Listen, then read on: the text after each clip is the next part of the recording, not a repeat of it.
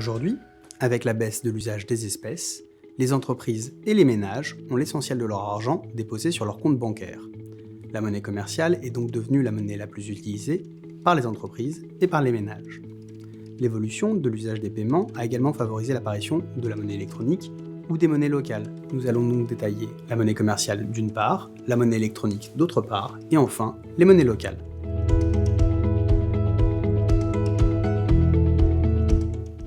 La monnaie commerciale est constituée des sommes inscrites sur les comptes bancaires des clients des banques.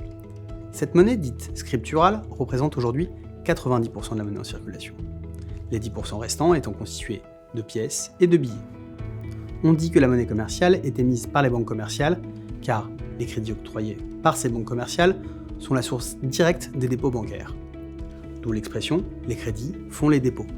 Comptablement, les banques commerciales créent cette monnaie commerciale lorsqu'elles octroient des crédits à leurs clients et créditent leur compte en banque.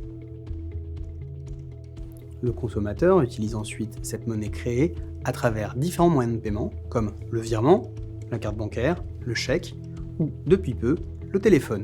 Comme évoqué dans la vidéo précédente, quelle que soit sa forme, la monnaie a la même valeur. 10 € valent toujours 10 €, que ce soit un billet, sur un compte de banque commerciale ou sur un compte de banque centrale. On parle d'échange à parité.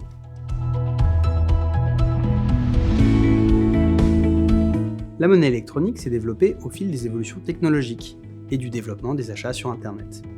Elle correspond à une somme d'argent prépayée, c'est-à-dire stockée sous forme électronique en échange d'une remise de fonds. Par exemple, il peut s'agir d'une carte prépayée ou d'un porte-monnaie électronique. La monnaie électronique est une forme de monnaie spécifiquement dédiée au règlement de transactions. Et pour ce faire, le détenteur de la monnaie électronique doit préalablement et obligatoirement approvisionner un compte de monnaie électronique, tenu soit par sa banque, soit par un établissement de monnaie électronique. Par exemple, PayPal, le plus connu. Généralement mises en place par des associations ou des collectivités, les monnaies locales s'utilisent dans une zone géographique limitée auprès de commerçants partenaires. Leur objectif est de développer l'économie locale, souvent avec des préoccupations sociales et solidaires.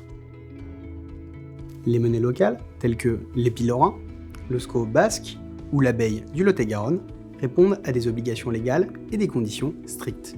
Si la monnaie locale s'échange ou pair avec l'euro, aucune épargne n'est possible. Depuis une dizaine d'années, les monnaies locales remportent un vif succès, permettant la valorisation des produits du terroir et des artisans locaux. Cependant, ces monnaies ne sauraient supplanter en aucune manière la monnaie officielle.